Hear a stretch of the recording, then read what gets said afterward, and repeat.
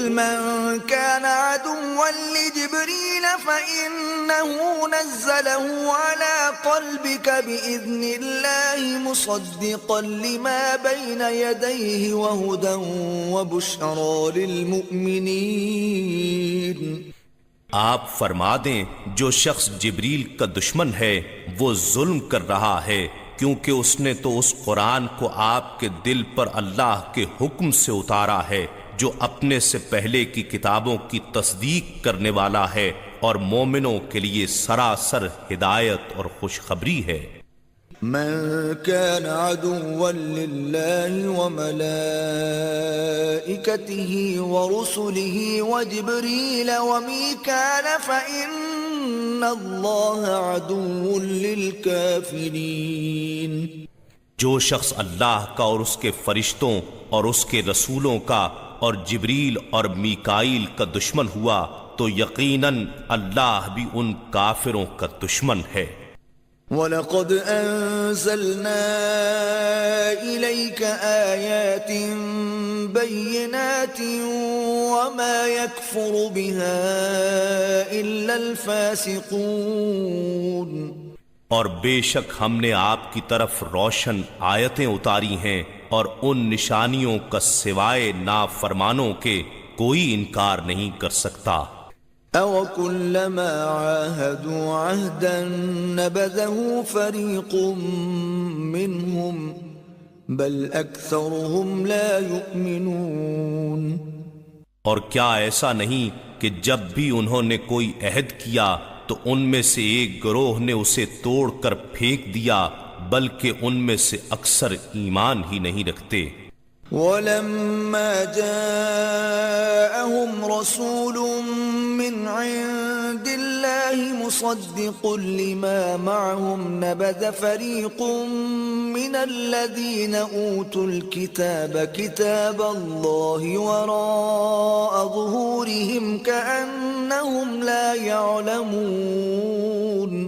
اور اسی طرح جب ان کے پاس اللہ کی جانب سے رسول حضرت محمد صلی اللہ علیہ وآلہ وسلم آئے جو اس کتاب کی اصلاً تصدیق کرنے والے ہیں جو ان کے پاس پہلے سے موجود تھی، تو انہی اہل کتاب میں سے ایک گروہ نے اللہ کی اسی کتاب تورات کو پسے پشت پھینک دیا، گویا وہ اس کو جانتے ہی نہیں، حالانکہ اسی تورات نے انہیں نبی آخر الزماں حضرت محمد صلی اللہ علیہ وآلہ وسلم کی تشریف آوری کی خبر دی تھی۔ وَاتَّبَعُوا مَا تَتْلُو الشَّيَاطِينُ عَلَى مُلْكِ سُلَيْمَانَ وَمَا كَفَرَ سُلَيْمَانُ وَلَكِنَّ الشَّيَاطِينَ كَفَرُوا يُعَلِّمُونَ النَّاسَ السِّحْرَ وَمَا أُنزِلَ عَلَى الْمَلَكَيْنِ بِبَابِلَ هَارُوتَ وَمَارُوتَ وَمَا يُعَلِّمَانِ مِنْ أَحَدٍ حَتَّى يَقُولَا إِنَّمَا نَحْنُ فِتْنَةٌ فَلَا تَكْفُرْ فَيَتَعَلَّمُونَ مِنْهُمَا مَا يُفَرِّقُونَ بِهِ بَيْنَ الْمَرْءِ وَزَوْجِهِ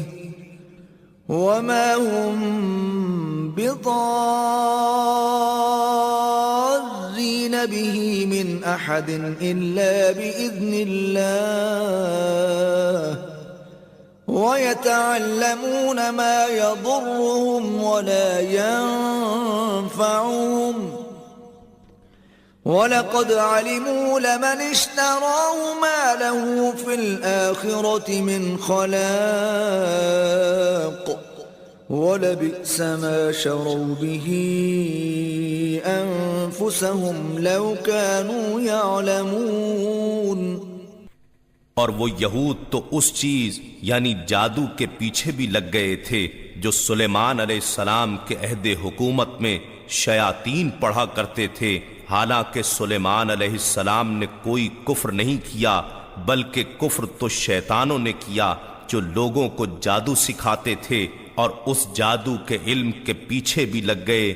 جو شہر بابل میں ہاروت اور ماروت نامی دو فرشتوں پر اتارا گیا تھا۔ وہ دونوں کسی کو کچھ نہ سکھاتے تھے، یہاں تک کہ کہہ دیتے کہ ہم تو محض آزمائش کے لیے ہیں، سو تم اس پر اعتقاد رکھ کر کافر نہ بنو۔ اس کے باوجود وہ یہودی ان دونوں سے ایسا منتر سیکھتے تھے جس کے ذریعے شوہر اور اس کی بیوی کے درمیان جدائی ڈال دیتے، حالانکہ وہ اس کے ذریعے کسی کو بھی نقصان نہیں پہنچا سکتے مگر اللہ ہی کے حکم سے، اور یہ لوگ وہی چیزیں سیکھتے ہیں جو ان کے لیے ضرر رساں ہیں اور انہیں نفع نہیں پہنچاتی، اور انہیں یہ بھی یقیناً معلوم تھا کہ جو کوئی اس کفر یا جادو ٹونے کا خریدار بنا اس کے لیے آخرت میں کوئی حصہ نہیں ہوگا، اور وہ بہت ہی بری چیز ہے جس کے بدلے میں انہوں نے اپنی جانوں کی حقیقی بہتری